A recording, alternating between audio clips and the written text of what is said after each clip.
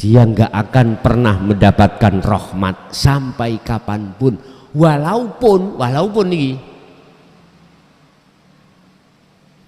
walaupun koyoke kita memandang si A itu, berdoa muga-muga suk diampuni dening Gusti, ngoten tok kita akhirnya. Kita nggak usah ngomong orang lain, ngomong diri kita. Waktu sebelum kita mendapatkan atau menerima dinut tauhid, apapun yang kita lakukan Bapak Ibu, secara fisik mesti sumber ning ati mingkol bin rohibin, itu pasti.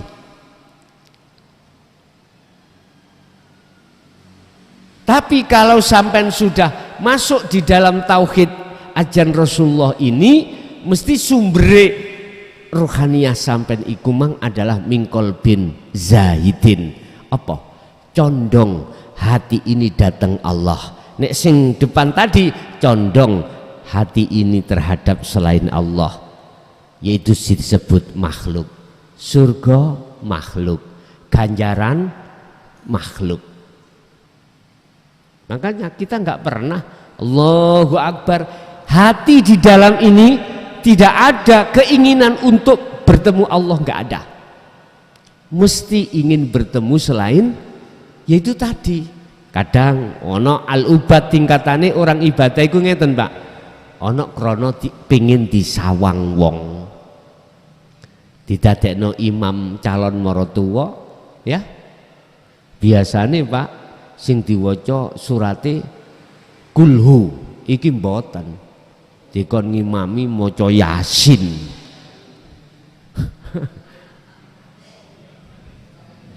Jadi dipenak-penakno, iling-iling di belakang ada calon moro tua. Ada yang seperti itu. Kita sholat pengen disawang wong, kita zakat pengen dipuji wong, kita puasa, kita haji pengen diwahne wong. Ada golongan ini, tapi kita tidak ngomong orang lain, ngomong diri kita sendiri. Itu karakter sifat kita sebelum kita menemukan kebenaran. Siapapun kita, sekarang naik tingkatane ibadah, tapi sih krono makhluk menungso wis gak, diwahni wong ya wis gak. Wacanane niate tetep lillahi ta'ala, tapi kula isih pengen diganjar Allah, sik pengen kula oleh sholat pengen dilebokno swarganing Allah. Duh, iki kan makhluk, Pak. Ayo sinten sing wani ngomong nek swarga ganjaran iku Allah? Ayo sinten sing wani ngomong? Mesti ngomong iku makhluk. Ka ono sing wani. Oh iku kholik. Oh nggak bisa. Nggak ada yang berani. Khususnya kita sebagai umat Islam. Karena memang belum tahu cara untuk bertemu Allah. Oleh belum tahu karena tertutup hati kita dengan ajaran tauhid ini. Coba kalau hati kita sudah membuka diri, plek, cara gelas dibuka diseni banyu mesti saged mlebu. Tapi nek ditutup isen ana masih wis gak usah sak ngene, sak tandon curno lah gak iso mlebu nang jero gelas. Fi qulubihim maradun fazatahumullahu marada. Di dalam hati kita ada hijab, Pak, ada tutup. Semakin lama tutup itu semakin tebal, semakin tebal. Kalau kita bicara penyakit semakin kambuh, semakin besar. Obatnya nggak bisa masuk. Krono cangkem mingkem. Ayo le mangapo kilo obat, moh pahit Pak, mingkem dapat. Mingkem dapat. Ya Allah, yo obatnya gak iso mlebu. Penyakitnya ya tambah kambuh tadi ini. Sama dengan hal ini, Pak. Bapak Ibu hadirin, kita kembali kepada materi kita. Siapapun kita tatkala di dunia, kok yo ngingkari tidak mau bertemu Allah ruhaniyah kita, kok yo ketututan mati. Surat Yunus ayat 7 dan ayat 8 Allah mengatakan ulaika ma'wahum annar, tempatnya ruhaniyah kita mesti panas, hati kita mesti panas. Hakikate nek gak cocok takdir sing kita temukan, syariate anar berarti besok kita golongan-golongan ahli azab. Naudzubillah min dzalik. Wis, mengapa Allah kok menurunkan firman atau wahyu ini? Ada asbabun nuzuli, Pak. Apa asbabun nuzuli ayat ini? Ternyata banyak hati umat manusia yang di situ bersukaria, hatinya hanya pada kesenangan dunia. Kalau jasmani aja nggak ada masalah. Wong jatuhnya itu ke rohani, jasad ini jagatnya rohaniyah. Inilah yang dimaksud Allah melampaui batas. Sugi-sugiyo, sugih bondo, sugih dunya, sugih anak, sugih opo ae silahkan, tapi jangan melampaui batas. Artinya ruhaniyah sampean iki le ojo elok-elok cinta nang kuwi. Cintai ruhaniyah ini wajah tuwaj, iya, jadi menghadapkan iman roh itu lewat iman yang benar kepada wajah Allah. Dengan cara inilah wama ana minal musyrikin, Nabi Ibrahim, aku yang seperti ini maka aku bukan termasuk golongan orang-orang yang menyekutukan Allah. Contoh iki ana banyu diombe,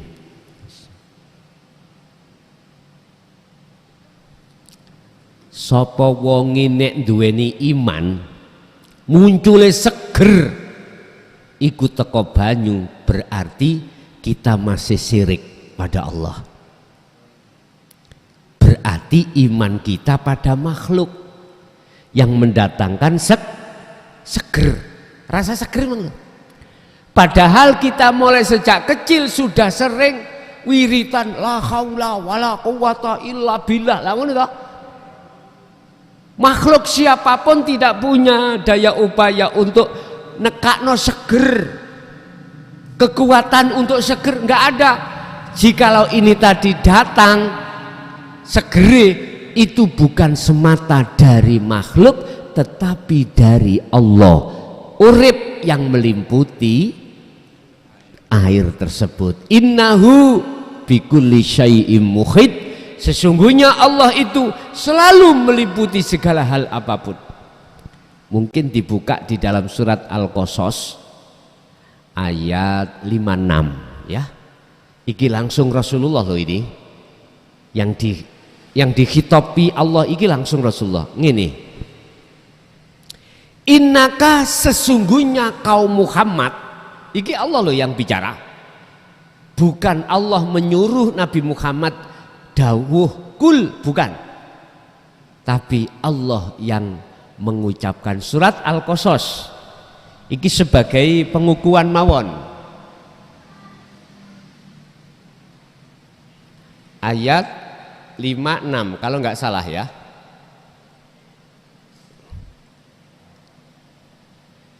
Innaka la tahdi man ahbabta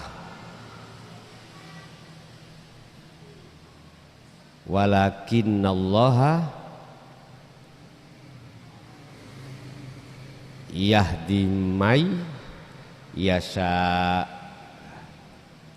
Pun sesungguhnya kaum Muhammad ikulah tahdi, tidak bisa membimbing, tidak bisa mendatangkan petunjuk, tidak bisa menolong terhadap siapa? Man ahbabta, sekalipun itu orang dekat kau. Muhammad, kau sesungguhnya tidak bisa memberikan petunjuk terhadap orang sekalipun orang itu orang terdekat kanjeng Nabi. Ini kaiti kembali kepada Rasulullah, Pak. Innakai. Umpama dikembalikan saya. Son, sak temene dudu awakmu sing iso aweh atine wong-wong iki buka. Akhirnya iso nerima petunjukku, iso nerima hidayah ini, iso nerima tentang ajaran ini. Duduk rai muson. Cara ngomong ya. Lah sinten? Walaupun itu orang dekat kamu, tetap bukan kamu yang bisa memberikan petunjuk. Terus siapa? Walakinallaha yahdi mayyasha. Tetapi yang bisa melakukan ini hanyalah Allah. Loh, wis jelas loh. Kalau makhluk banyu iki gak iso nekakno seger. Tinggal kita melihat dari sisi mana, Pak. Kalau hati kita melihat makhluknya, ya mesti ngomong tekone seger dari sebab secara dalil akal. Kalau nggak minum seger gak ketemu. Loh, paham nggih? Tapi jenengan andai kata melihat sisi Allahnya, hakikatnya, nggak bisa, Pak. Sampai niki mengatakan iman iku jatuhnya ada di makhluk. Ben gak gegeran, ngene carane. Ben gak gegeran. Gusti Allah ngijini banyu dititipi rasa seger. Tapi itu bukan berarti tekone seger dari air. Lah iya sama. Rasulullah Muhammad iku dititipi Allah hidayah, petunjuk terhadap kita semuanya. Barang titipan iku boleh dihai mboten, Pak? Mboten toh? Kados tiang parkir niku lho. Gak oleh diakoni, iki sepedaku. Kadung njero omah iku wong tukang parkir sak pirang-pirang mobil. Iki mobilku ya mboten angsal, Pak. Sampai tinggal di tukang parkir. Ketika yang punya itu datang, diambil, ikhlas, Pak. Wa aslimu lahu, ikhlas. Pasrah monggo. Gak mungkin dikawandoli iki wekku bos, wekku. Gak mungkin. Jadi Allah mengizini terhadap Muhammad dititipi petunjuk untuk orang yang dikehendaki, yahdi mayyasha. Orang yang hanya yang dikehendaki. Gak semuanya, Pak. Tergantung siapa yang dikehendaki adalah yastami'unal qaul, mereka yang menerima mendengarkan bimbingan Rasulullah di jalur dinut tauhid. Wa yattabi'una aksanahu, dan mereka selalu melakukan petunjuk-petunjuk itu diterapno ning sak jerone salat, diterapno ning sak njobone salat. Selalu hati itu bertemu Allah. Wes, niku ciri-ciri ini orang tersebut. Jadi Bapak Ibu, biar gak gegeran syariate ben seimbang dengan hakikate ngeten. Walaupun syafaat, walaupun hidayah, Allah itu ngijini hamba yaitu Muhammad dititipi syafaat, dititipi hidayah untuk kita semuanya, gitu loh. Jadi bukan berarti Rasulullah itu punya syafaat, memiliki syafaat, tidak, memiliki hidayah, tidak, tapi semuanya itu barang titipan. Berat, Pak, saya ngomong masalah ini, terutama masalah syafaat. Sungguh berat. Karena di luar sana banyak yang beriman Muhammad itu memiliki syafaat yang akan bisa mensyafaati kita sebagai umat Allah. Ngoten toh? Kurang percaya buka oning surat Az-Zumar ayat 44. Kul, katakan Muhammad, lillahi ku tetep kedue Allah apa asy-syafaatu jami'an. Nah, katakan Muhammad bahwasanya syafaat itu milik Allah jami'an, seluruhnya. Iki Rasulullah yang disuruh ngomong, sing ngomong akhirnya Rasulullah. Lah kok jebule nanggone umate ana sing wani ngomong Rasulullah itu bisa mensyafaati. Inilah sebetulnya itu apa Pak ya, bertentangan. Tapi isone gak bertentangan ngene, Gusti Allah nitipno syafaat terhadap umat untuk jenengan kali kula.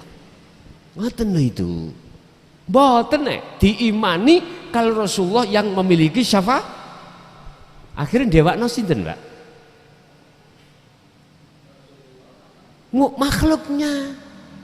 Inilah Bapak Ibu yang ditakutkan oleh Rasulullah ketika setelah beliau itu perang jihad kecil menuju jihad besar. Besok itu umatku ngalami perang sing gede, yaiku melawan hawa. Jadi hawa nafsu iku mang mlebu ning ati Pak bisiki. Sing duwe seger iku banyu. Sebab coba kau gak ngombe, iso teko seger? Nggak ketemu. Logika Pak ya, logika bener. Tapi coba kita masukkan iman, manakala tidak ada Allah, apakah makhluk contoh air bisakah dirinya itu mendatangkan sifat seger, menghilangkan ngelak? Nggak bisa. Coro iman di dalam dada. Wis. Iki walaupun gap, tetap saya katakan yang benar itu kebenaran. Urusan membantah terhadap apa yang saya katakan itu bukan urusan saya. Sebab ini balagum minkum, ini nadhirum mubin. Saya hanya memperingatkan saja, peringatan yang jelas, mana yang hak itu hak, mana yang batil itu batil. Urusan diterima gak diterima itu bukan urusan saya, bos. Saya pun tidak akan pernah sakit hati terhadap yang menolak ajaran Rasulullah di jalur dinut tauhid ini. Udah Bapak Ibu, itu aja apa yang bisa kami sampaikan terkait masalah surat Yunus ayat 7 dan ayat 8 yang menjelaskan akibat seseorang ketika saat di dunia tidak mau bertemu Allah. Kita masuk pada sesi tanya jawab. Barangkali ada yang ditanyakan, monggo kami persilahkan.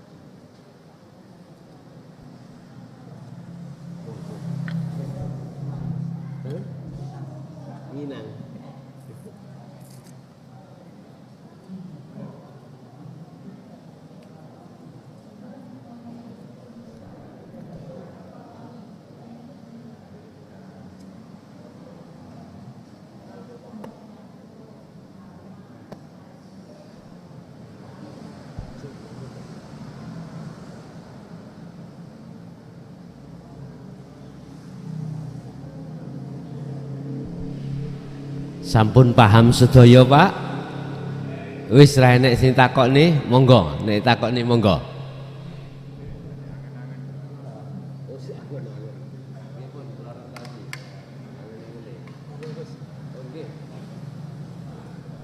Napa niki lenyeng? Assalamualaikum warahmatullahi wabarakatuh. Ini kau ngatin Gus tentang syafaat. Ya, tentang syafaat niku aku asale niku maca selawat. Lah ngoten nah. Lah sing nggawahi syafaat niku Allah. Terus nek maca selawat kudu bersolawat. Lah bersolawat niku napa maksude? Ngoten. Bersolawat niku napa maksude? Niku sing nomor setunggal. Nomor kalih tentang segar-segaran wau. Napa kenging nedhi udan niku lak seger. Nedhi udan niku sembayangan istiqa. Ngoten. Pun mekaten atur kula. Assalamualaikum warahmatullahi wabarakatuh. Waalaikumsalam warahmatullahi wabarakatuh. Sudah menjadi tren di tengah masyarakat umum, barang siapa yang ingin mendapatkan syafaat besok di hari akhir, maka bersolawatlah. Lalu ya, jangankan kita gak wajib bersolawat, Allah pun bersolawat terhadap Kanjeng. Innallaha wa malaikatahu yusholluna ala nabi. Jelas Pak ya? Ya ayyuhalladzina amanu shollu alaihi wasallimu taslima. Bun. Berbicara solawat, ini adalah jamak yang mempunyai pengertian.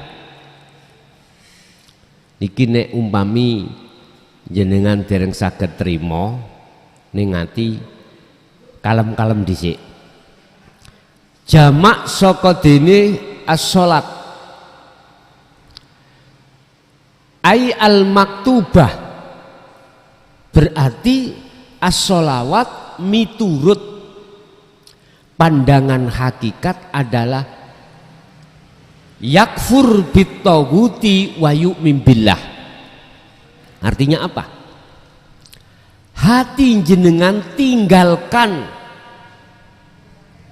iman selain Allah.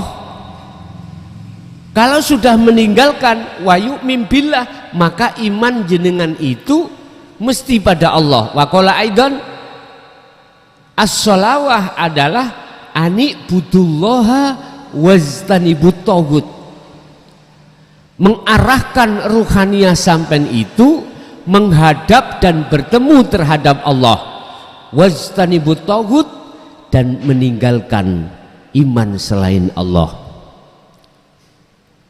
Tempatnya di mana-mana Pak ini, baik jenengan secara syariat di tengah sholat atau di luar aktivitas sholat, itu ada sholawat, penghadapan ruhaniyahmu terhadap Allah. Idza sa'alaka hai Muhammad ibadi, apabila hambaku bertanya terhadapmu anni, tentang perkara saya, kata Allah, jawaban inni qaribun, aku dekat. Berarti Allah itu dekat dimanapun jenengan berada. Allah ya di sisi jenengan, cuman meripat atine awak dhewe iki mang ketutupan sesuatu sehingga ora nyata wujude Gusti wonten mriku. Kathah ayat yang mengatakan keberadaan Allah. Fa aina ma tuwallu fa thamma wajhullah, dimanapun kau mengarah di situ ada wajah Allah.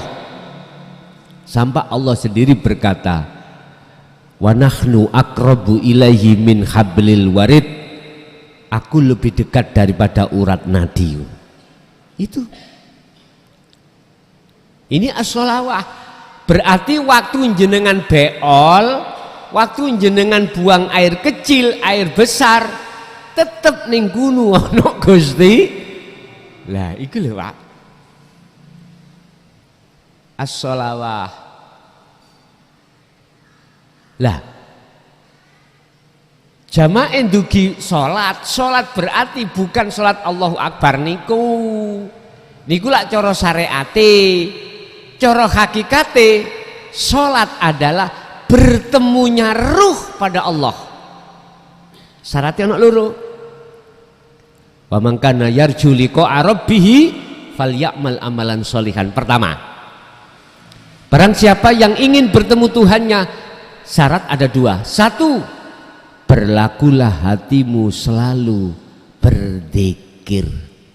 Satu, yaitu disebut amalan sholihan. Yang kedua, wala yusyrik bi ibadati rabbi ahada. Yang kedua, jangan sekali-kali dalam dadamu itu ada iman selain Allah. Dalam kurung, jangan ada iman terhadap makhluk, contohnya air tadi, jangan. Lah isone jenengan iki iman itu saged kenceng hanifan, zikir sirul asr iku kudu sampean gecoki terus menerus, ngoten lho. Wis satu. Yang kedua, udan, salat istisqa. Mriki dari udan nah. Ning jeding kula bentau pino udan. Mergae aduse teko ndukur ngenten, sanyu dipetek dadi nabyur ngenten. Ngeten. Oke. Apakah boleh kita sholat istisqa? Melihat keadaan panas ben dingin, nyun sewu, jenengan sholat istisqa, tujuan sampeyan iku secara syariat kan minta hujan toh, syariate. Tapi hakikate tetep jenengan kudu ketemu Gusti Allah. Hafidhu ala sholawah was sholatil wusta wa qumu lillahi qanitin. Wajib sampean iki bertemu sing duwe udan, sampean njaluk udan ya, tapi sampean gak gelem ketemu sing duweni lah lucu sih niki. Aku aku kepingin rambutan rek, kepingin rambutan, sing duwe rambutan iku tonggo, kok gak gelem metuk rambutan apa jenenge tonggone. Ngeten iki salah etika Pak. Kita langsung menuju rambutan, mbuh nggawa bondem mbuh sawat-sawat, gak kondo dhisik. Kira-kira diteriaki maling apa? Maling Pak? Maling. Berarti bendawino kita itu dadi hakikate bos, bukan syariate. Iya. Kita sholat istisqa memang tujuan secara syariat kita minta hujan. Tapi lucu kita tidak bertemu sing memiliki hujan. Kita lakukan secara syariat sholat istisqa, tapi ketika sholat istisqa ati sampean kali kulo kelingan udan, kelingan makhluk, ngadepin ning makhluk. Lah iki kekeliruan kita itu di situ. Padahal Allah katakan wajib kau sholat itu bertemu Allah, wajib. Sehingga di dalam Al-Quran disebut khusyuk itu ada di situ. Lah dalane iki bos, wa ani wiege in kuntum tuhibbunallaha fattabi'uni. Dalane iki ya melok aku, kata Rasulullah. Ikutono dalane iki, yaiku dinu tauhid iki dalane Anda awal proses untuk bisa bertemu Allah. Baru Pak mustajabah. Gak bolak-balik istisqa, bolak-balik istisqa. Pisan ae wis diazam tok lho, diazam tok. Dikerentekno ati lho. Bagi para kekasih Allah wis teko dhewe, gak usah Allahumma. Wah iki ngatur iki Gusti Allah sing diatur hakikate.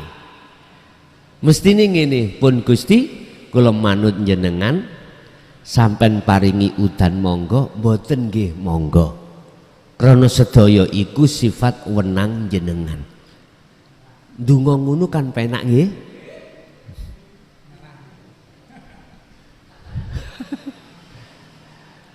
Tapi yo syariat yo kudu Allahumma Pak. Ngoten lho. Syariat yo dilakoni, hakikate yo baru ketemu mengke. Wis. Jadi mboten napa-napa Pak, jenengan salat istisqa cuman hakikate sampean trapno sepindah ngoten. Inggih, ada lagi?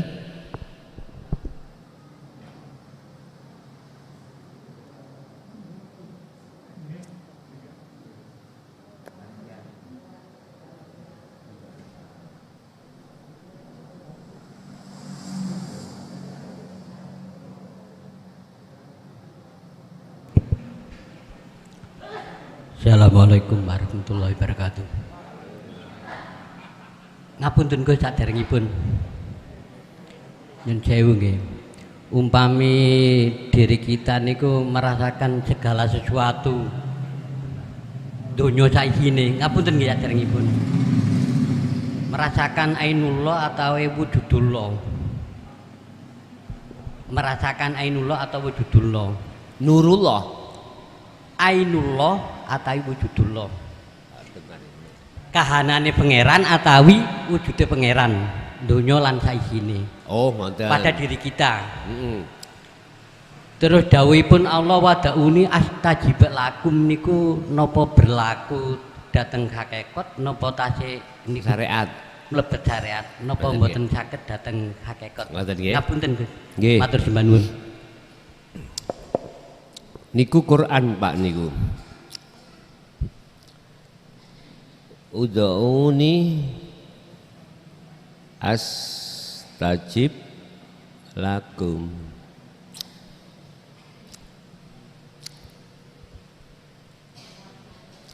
Jalu'a sira ni ing ingsun. Lah ngoten ta? Nek kuwi bener-bener njaluki ning aku ya astajib mongko tak sembadani. Di sini ada menyimpan syarat Pak, tapi gak dituduni syaratnya. Oleh karena syaratnya gak dituduni, banyak orang berdoa, orang ngerti carane doa. Berhubung banyak orang tidak tahu syaratnya berdoa, sebab syarat itu wajib didatangkan tatkala Anda ingin datangnya jawab. Jawabnya adalah astajib, mongko tak sembadani. Dengan catatan apabila iki syaratnya, apabila betul-betul mintanya kamu itu terhadapku. Berarti wong dungo iku mestine kudu makrifat sik. Carane ya napa? Niki nggih mlebu syariat ya mlebu hakikat. Tetap syariate Allahumma, nggih. Tapi hakikat sampean harus lepaskan apa yang muncul dan timbul dalam diri jenengan itu datangnya dari kita. Berarti permohonan dari kita itu tiadakan. Iki hakikate. Ini sing kula maksud metu ini dulu. Ingsun makrifat Allah dulu. Berarti kita waktu berdoa syariate hati sampean harus bertajali. Kesimpulannya ada di situ. Terus piye carane bertajali? Ya lepasen apa yang muncul dalam diri kita, jangan pernah kita akui. Contohnya donga mang, Allahumma ya Allah jenengan kasih udan niki. Loh, ketika saat itu harus dilepas apa yang muncul iradah kehendak dalam hati kita, jangan pernah diakui itu kehendak kita. Berarti itulah yang dimaksud in lamuno syarate awakmu iku betul-betul mintanya nang aku yo astajib mongko tak sembadani. Bapak Ibu, Mengapa banyak manusia yang tidak mengerti? Kalau di sini menyimpan syarat, karena ajaran ilmu tuwek gak diajarne. Ajaran tentang ilmu tauhid terkesan ditutup-tutupi. Akhirnya kita sebagai umat menengah ke bawah pekok. Hati kita itu ndelurung nang Allah. Kadang-kadang diwangi nangis lho Pak ya. Diwangi nangis. Tapi hati tidak ma'rifat Allah.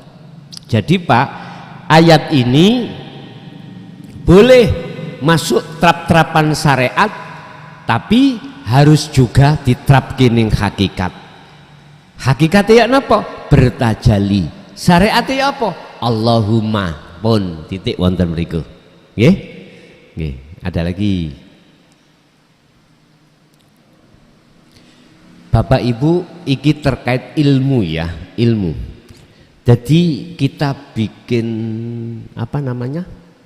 Rutinan ini sebatas ilmu lah ya. Ilmu, ingat, manakala ilmu itu sudah kita pahami, kok yo gak dilakoni, iku mancal nang awak dhewe. Paham? Mana ilmu yang sudah dikasihkan Allah, yastami'unal qaula wa yattabi'una, tidak diikuti artinya tidak disertai kita praktekkan. Ilmu itu njalu ndandil lah jenenge, bandil nang awake dhewe. Mula makanya setiap Ramadan kan kula sudah kasih barometer, sampean ngaji ngene iki wis temen apa enggak, sik ragu apa ora, wis siap mati melarat apa ora, nek gak mundur. Lah ngoten toh, setiap Ramadan itu saya kasih seperti itu. Nggih, monggo.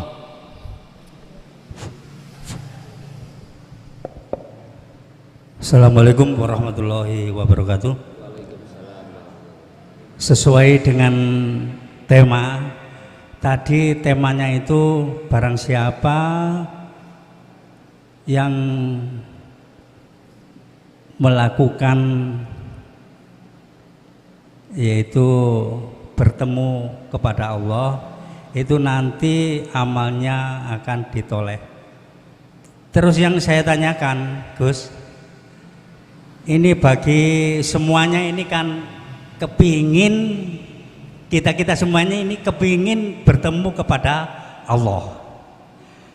Semuanya jauh-jauh kita berkumpul di sini, yaitu tujuannya ngaji, kepingin peduk Allah. Barang siapa yang tidak bisa bertemu Allah, maka amalnya itu tidak dilihat oleh Allah. Terus yang saya tanyakan, bagaimana kita ini semuanya kepingin kepeduk atau kepingin marifat kepada Allah, tapi gak kepeduk-peduk, boten kepeduk-kepeduk. Hal itu bagaimana hukumnya? Ngaten nggih. Padahal semuanya bapak-bapak, ya saya juga kepingin, saestu kepingin kepada Allah. Leres. Sampai panjenengan murui, yaitu mulangi iki ilmu ini kudu ngene, tapi prakteknya sulit sekali. Boten peduk-peduk. Niku ya napa niku? Ngaten nggih. Demikian saking kula. Wassalamualaikum warahmatullahi wabarakatuh. Waalaikumsalam warahmatullahi wabarakatuh. Seseorang itu ada 3 kelompok. Mulai dia akil balik sampai mati, ini terbagi menjadi 3 kelompok. Kelompok pertama, alhaakumut takasur hatta zurtumul makobir. Sampai mati roh iki pindah ngalam, sik tetep dalam keadaan buta, gak ketemu Allah. Ini juga tertuang di dalam surat Al-Isra ayat 72. Barang siapa saat di dunia mata hatinya buta pada Allah, maka dia pun di akhirat juga buta. Karena kesempatan umur sisa waktu tidak digunakan untuk pergi ke dokter spesial mata hati, yaitu Allah. Itu yang pertama. Allah sudah nggak melihat amaliyah terhadap dirinya, nggak melihat. Jadi kelompok pertama ini Bapak Ibu, wa aktsaruhum, kebanyakan, nggak ada sedikit pun hati di dalam beliau ingin ketemu Allah, nggak ada. Ya contohnya kita dulu loh Pak. Tapi kelompok kedua itu jawabannya ada di surat Az-Zumar ayat 17-18.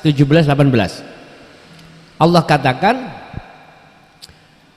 orang kelompok kedua yang sudah mendengarkan ajaran dinut tauhid lalu dia melakukan, ya kan di dalam hatinya kan ada rasa rindu ingin ketemu Allah, tapi gak ketemu sampai mati. Ada golongan yang seperti ini Pak, ada. Terus bagaimana dia? Jawabannya itu ada di surat Al-Ankabut ayat 5. Al-Ankabut iki sih gak kepeduk-peduk loh. Gini Pak, jelas hati sampean sudah ada keinginan bertemu Allah, baik waktu sholat secara syariat ataupun di luar aktivitas sholat secara, tapi opo kok gak kepeduk, padahal secara ilmiah, ilmu carane wis dituduhke, tak ngoten nggih, jelas, tapi opo gak kepeduk. Saya tidak bicara alasan, sebab-sebab ndak,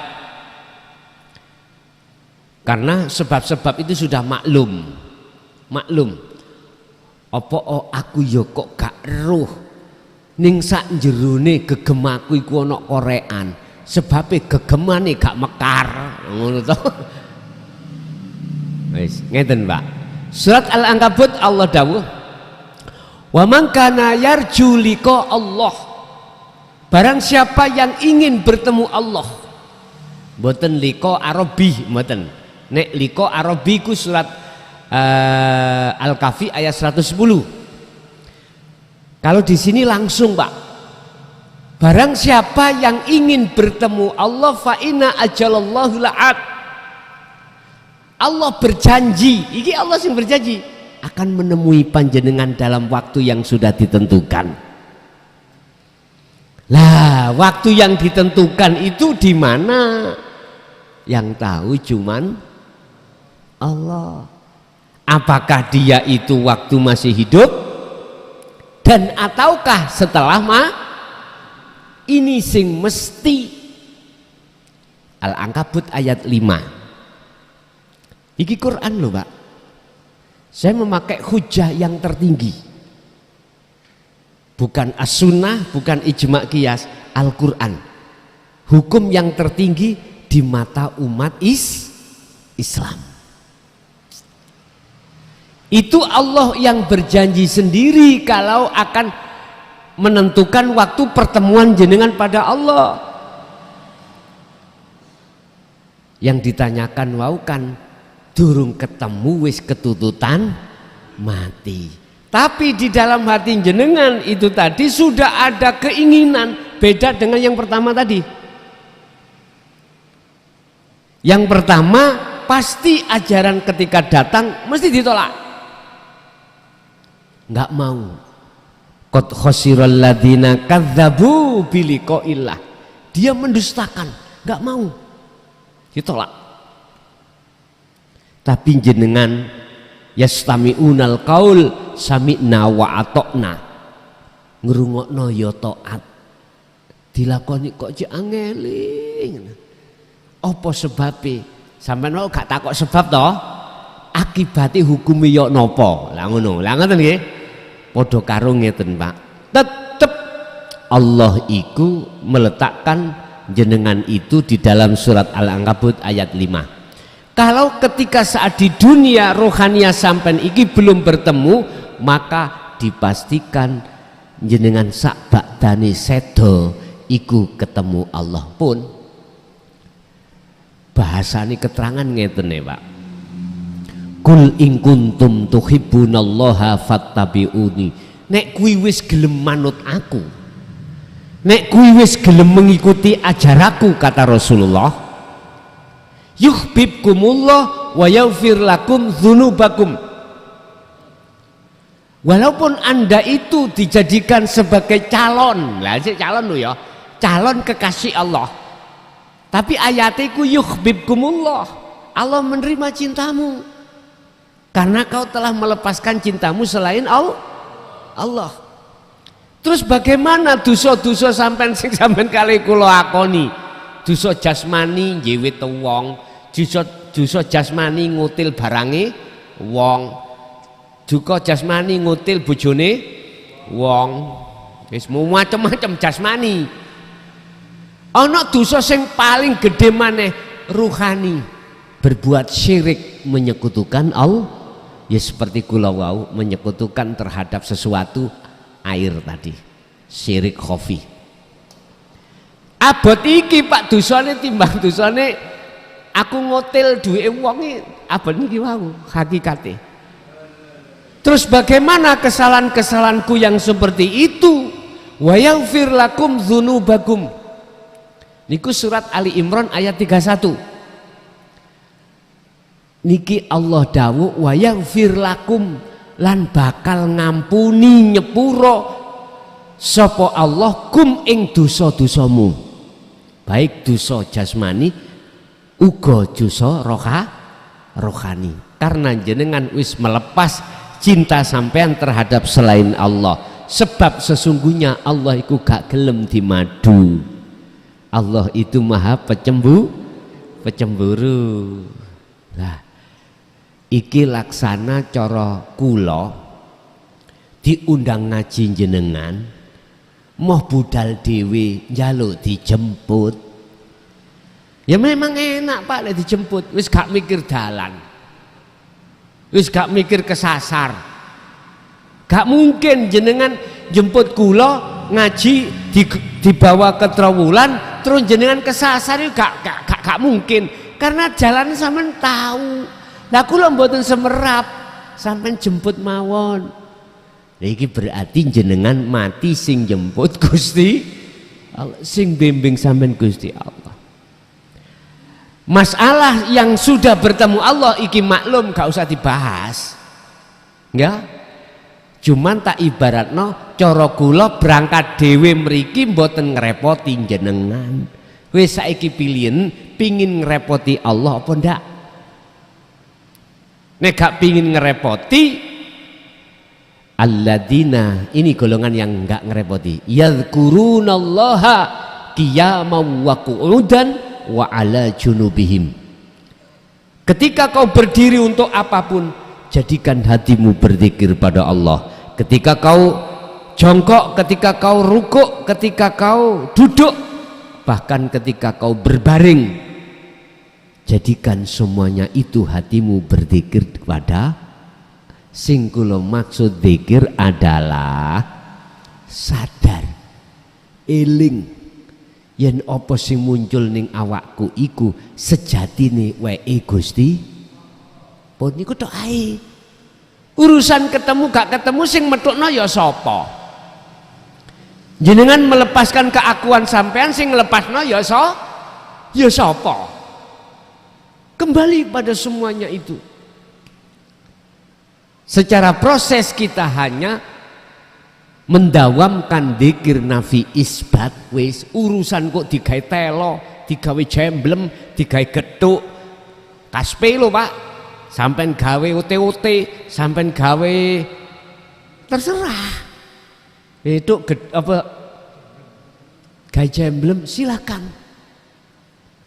Kita itu bagaikan telo Pak, digawe krepek nggih monggo, digawe gethuk nggih monggo. Kalau kita sudah sempurna kesadarannya, kalau kita jadi telo mongko ya niki sesungguhnya orang yang wa aslimu lahu, orang yang dikatakan Islamnya sempurna, yang dikatakan pasrahnya sempurna. Jadi saya ulangi, bagaimana hukumnya orang yang sebelum meninggal dia belum bertemu Allah tetapi dalam hatinya sudah keinginan ada untuk bertemu Allah, yaitu jawabannya yaghfir lakum dzunubakum, sebab wallahu ghafurur rahim. Nggih.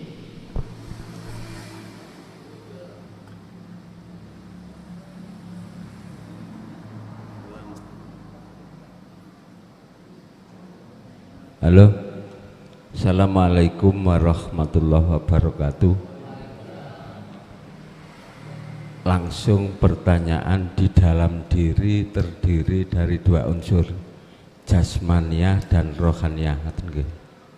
Jasmaniah ada batang tubuh dengan sadar zikirnya la ilaha illallah, sedangkan unsur rohani ada hati dan ada hidup. Hati zikirnya Allah, apapun kita harus selalu sadar semua akan Allah, tapi zikirnya hidup, hu Allah, ada di nafas, hu Allah. Pertanyaan kula Gus, tiga-tiganya niku ada di wilayah yang sama, merealisasi pun dalam harian niku dos pundi? Amrih jelasipun ketiga-tiganya biar berjalan bersamaan sebab waktu yang sama. Pun nganten mawon matur nuwun. Ngeten, biar ketiga-tiganya itu ada keseimbangan. Ini kita harus melihat sikon, Pak. Kuncinya itu ada di yang nomor 3 tadi, ya. Pertama di jasad, kedua di ruh, ketiga di sifat. Jasad la ilaha illallah, ruhaniyah adalah hu, yang ketiga adalah terhadap zatnya atau rasa. Ini biar keseimbangan kita harus melihat sikon. Contoh, artinya gini, ketika jenengan berzikir la ilaha illallah wajib disertai sirul asrar. Ketika jenengan zikir sir wajib disertai sirul asrar. Lah ini pun biar ada keseimbangan, maka jenengan harus melihat sikon. Contoh, sikon jenengan ini diundang tonggo tahlilan. Ketika zikir jahri ojo siri, ya jahri la ilaha illallah. Nek siri meneng sampean, apalagi disertai merem, mesti orang lain ngomong enak awakmu podo-podo oleh berkati gak maca tahlil, jadi fitnah tadinya, ya dah. Kita harus melihat sikon. Oke, yang kedua contoh sikon siri. Lah sampean dodolan iso ngunekno dzikir jahri disertai sirul asrar, ya gak cocok, Pak. Jenengan ya kudu sir dengan sirul asrar. Jadi kita harus melihat sikon. Iku cara syariate biar ada keseimbangan. Cara hakikate kanggo pribadi nun sewu, jasmani rohani, terus manjing ning sifat. Jasmani dohir, rohani batin, sifat pelengkap. Lah sifat inilah yang kumaksud adalah hidup, dan hidup ini bukan sifat. Akhirnya wonten mriku piye carane ngetrapke? Ngeten, Pak. Tetep ndelok kondisi sampean. Langsung sambung no rasa iki terhadap urip. tandane nek iku sambung, tanda ya, tanda. La yarawna li anfusihim syai'an. Dalam pandangan hati jenengan wujudnya dunia saisine kosong. Ora enek. Gambar makhluk iku wis gak ana ning jerone jagat sampeyan. Mboten enten. Nek pandangan mata dohir ya ada lah Pak, ada. Mpun dicampur iki, mpun dicampur. Sehingga inilah yang disebut la maujudan ilallah. Begitu banyaknya hidup urip iku di si asib besice makhluk ini sampai harus memakai sambung rasa iku dengan wahdatul wujud. Apa wahdatul wujud? Ahad dalam banyak. Banyak itu ahadiyahkan untuk menuju ahad. Bukan fisiknya loh Pak ya. Bukan mata ini yang kita pakai. Jadi ainul basyirah. Tadi kan sudah saya katakan, pandangan hati sampai mata hati selain Allah itu sudah tidak ada. Kalau pandangan hati sampai selain Allah sudah tidak ada, maka nyatalah sesungguhnya yang ada. Dan yang ada itu di sana, di sini, macam-macam. Sing koyoke akeh. Lu ojo ngomong akeh. Kita harus masuk ke akad di banyak. Artinya la farqa bainahum. Koyoke wakeh, urip iku si A si B si C, makhluk ini makhluk itu, tapi bagi pandangan hati sampean cuman tunggal. Inilah sing kula maksud sambung noroso ning urip wonten mriki. Ini pasti akan membutuhkan kesadaran penuh. Kalau selain daripada laisa kamisli syai'un tidak ada. Makanya di dalam ilmu sejati kan ada istilah kita meditasi lewat sholat daim toh Pak. Teng mriku kan hening.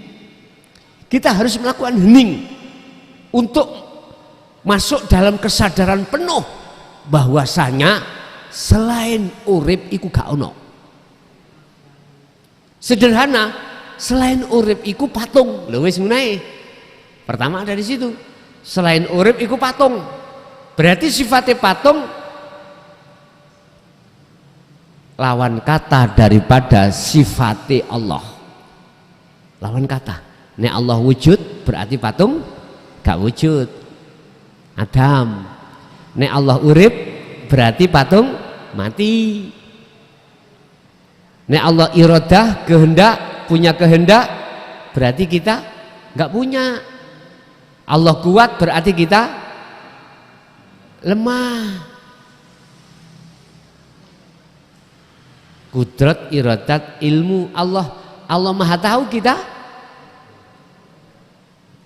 buta, nggak tahu.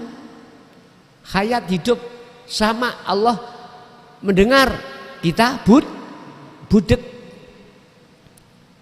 Basor, Allah tahu, kita tidak tahu. Kalam, Allah ngucap, berkalam, kita bisu. Nah, itu akan timbul dan muncul di dalam hati jenengan dengan sendirinya manakala jenengan iku nyambung noroso menyang urip. Wis titik.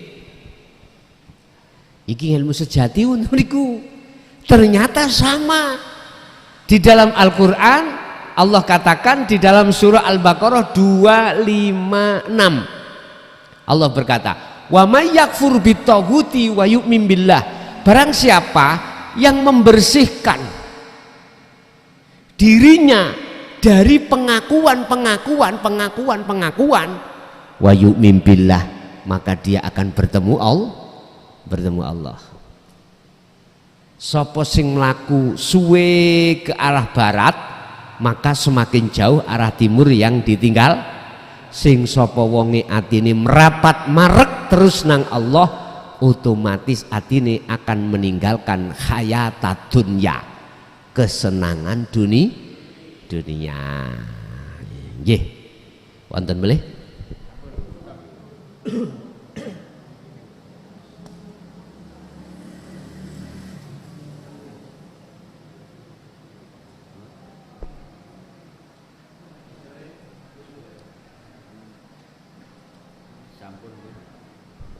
Sampun, ibuke sampun nggih. Nggih. Bapak Ibu hadirin jamaah rahimakumullah. Itulah apa yang kita terima, ilmu dari Allah. Semoga menjadikan satu ilmu yang bermanfaat terhadap kita, anak putu kita ila yaumiddin. Lahumul Fatihah.